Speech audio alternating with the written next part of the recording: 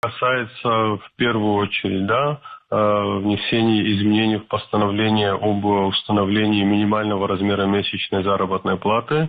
Эта норма установлена в размере не менее 20 тысяч рублей.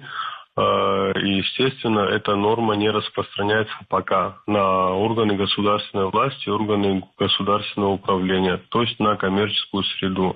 В принципе, эта норма, она вполне приемлема для коммерческой среды. Мы все понимаем, что в бизнесе, в коммерции практически нет заработных плат, которые менее 20 тысяч рублей. И эта норма в том числе призвана обелить эти доходы с тем, чтобы при формировании, в том числе прогнозов социально-экономического развития республики на очередные периоды, мы могли этот фонд заработной платы корректно закладывать в бюджет. При этом вместе с тем было установлено, чтобы Министерством финансов Республики Абхазия в срок до 1 июля были представлены предложения по установлению аналогичной нормы в отношении работников, которые трудятся в государственных бюджетных учреждениях и организациях. Соответственно, к этому времени мы в Министерстве финансов уже